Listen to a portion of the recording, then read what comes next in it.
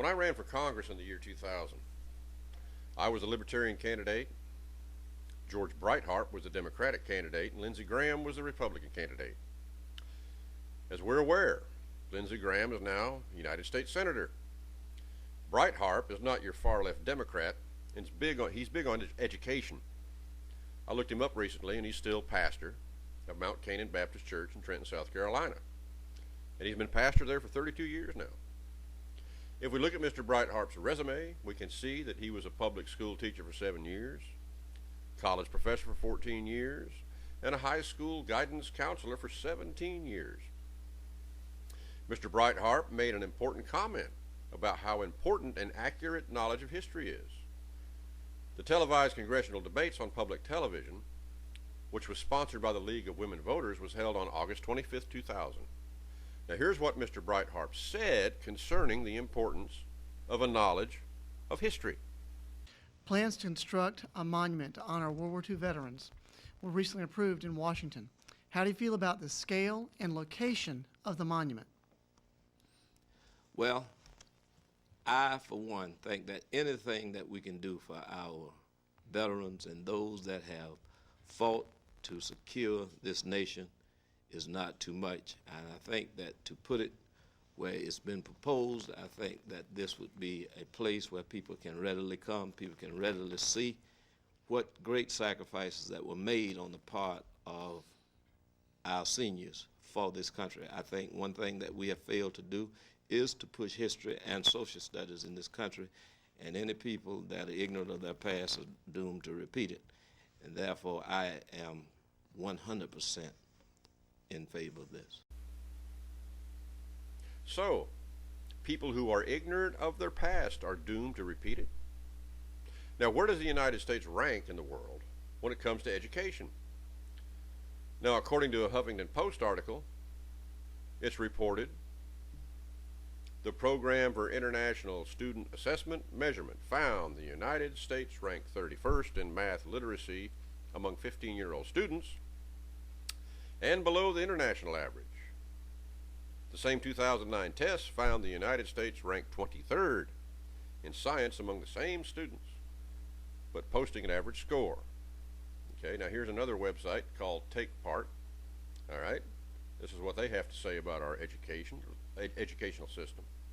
There's been no shortage of sound and fury about the recently released education rankings from the Program for International Student Assessment. Every 3 years, the organization tests 15-year-olds from across the globe, comparing results from about 60 nations. As soon as the scores from the latest exam were released last month, Americans began wringing their hands over the results. At the top of the heap were the usual suspects from East Asia, Singapore, Taiwan, South Korea, and 3 Chinese cities, Shanghai, Hong Kong, and Macau. The United States came in 36th, trailing nations such as Estonia and the Slovak Republic. The national consensus, articulated in a New York Times editorial, was that America's students are falling further and further behind. The Ranking America website, well, now they rank us 14th in education, but you know the one thing that really got me? The United States ranks 2nd in ignorance. Yeah, isn't that interesting? That the United States ranks 2nd in ignorance. Now what the hell's going on with our educational system? The fact is that we're being made ignorant by our educational system is a bad omen.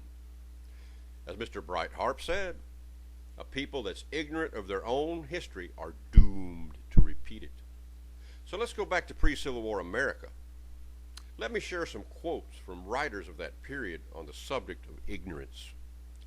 First, let's consider some quotes from Hinton Helper's book, Impending Crisis of the South. Now, Helper, he was a non-slaveholding white from North Carolina, and his book was first published in 1856. The book caused quite a stir back then. Many members of Congress read the book, and Abraham Lincoln mentioned Helper's book when he was running for president back in 1860. Anyway, I'll bet none of you knew about Helper's book, did you? I guess the people who control our education don't think it's that important that an accurate understanding of our own history is in their best interest, especially when it comes to studying slavery. Here's a little quote from Helper. There is but one way for the oligarchy to perpetuate slavery in the southern states, and that is by perpetuating absolute ignorance among the non-slaveholding whites. Ignorance. Here's another one. The truth is, there is a vast inert mass of stupidity and ignorance, too dense for individual effort to enlighten or remove, in all communities cursed with the institution of slavery. Disguise the unwelcome truth as we may, slavery is the parent of ignorance, and ignorance begets a whole brood of follies and vices, and so on and so forth. Here's a quote from a fellow named William Channing. He was a Boston minister and founder of the American Unitarian Association. And this is from pre-Civil War times. It is said, I know, that the ignorance of the slave is necessary to the security of the master and the quiet of the state. And this is said truly. Slavery and knowledge cannot live together. To enlighten the slave is to break his chain. To make him harmless, he must be kept blind. There's another one from Channing. In communities, on the other hand, cursed with slavery, half the population, sometimes more, are given up intentionally and systematically to hopeless ignorance. To raise this mass to intelligence and self-government is a crime. The sentence of perpetual degradation is passed on a large portion of the human race. In this view, how great the ill desert of slavery. Now let's look at some quotes about the press back then, during the days when slavery was an institution in the southern states. Here's Helper once again. A free press is an institution almost unknown in the South. Free speech is considered as treason against slavery, and when people dare neither speak nor print their thoughts, free thought itself is well nigh extinguished. Okay, and here's what William Channing said about free press in the South. There is another reply. If the slaveholding states expect us to admit their views of this institution, they must allow it to be freely discussed among themselves. Of what avail is their testimony in favor of slavery when not a tongue is allowed to say a word in its condemnation? Of what use is the press when it can publish only on one side? In large portions of the slave-holding states, freedom of speech on this subject is at an end. Whoever should publish among them the sentiments respecting slavery, which are universally adopted through the civilized world, would put his life in jeopardy, would probably be flayed or hung. Now look at the media and the press of today. Whose interests do they represent? Do they represent the interests of the people or the interests of the political establishment that rules over the people? You know, think about it. Here's another quote from Helper that's of very special interest. Listen to this. It's the way it was back then in the South.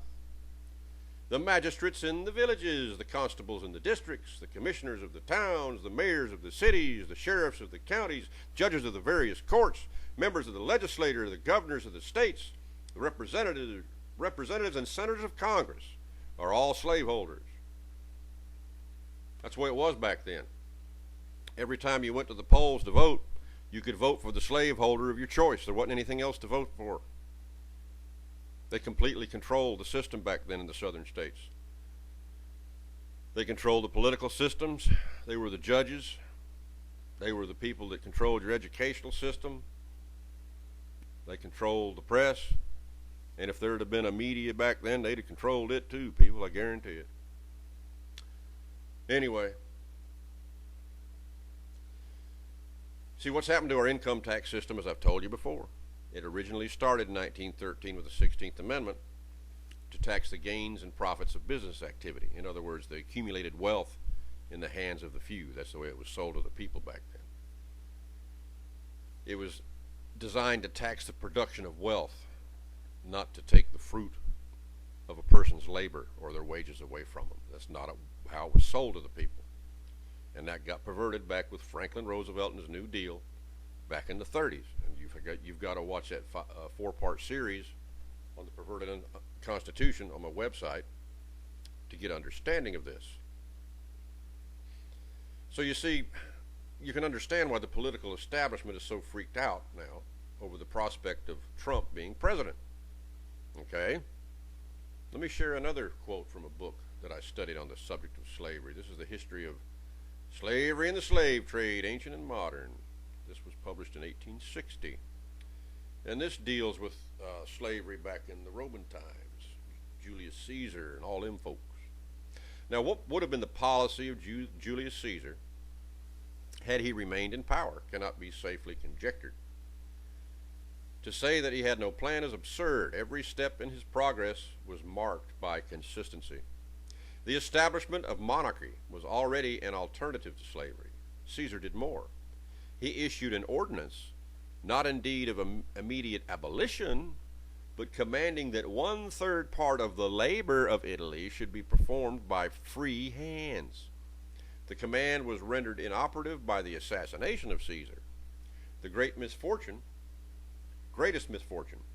that could have happened to Rome. For who was his murderers? Not the people, not the insurgent bondmen, but a portion of the aristocracy, the slaveholders, to whom the greatest happiness of the greatest number was a matter of supreme indifference. Yep, the aristocracy, the slaveholders, they didn't want free labor.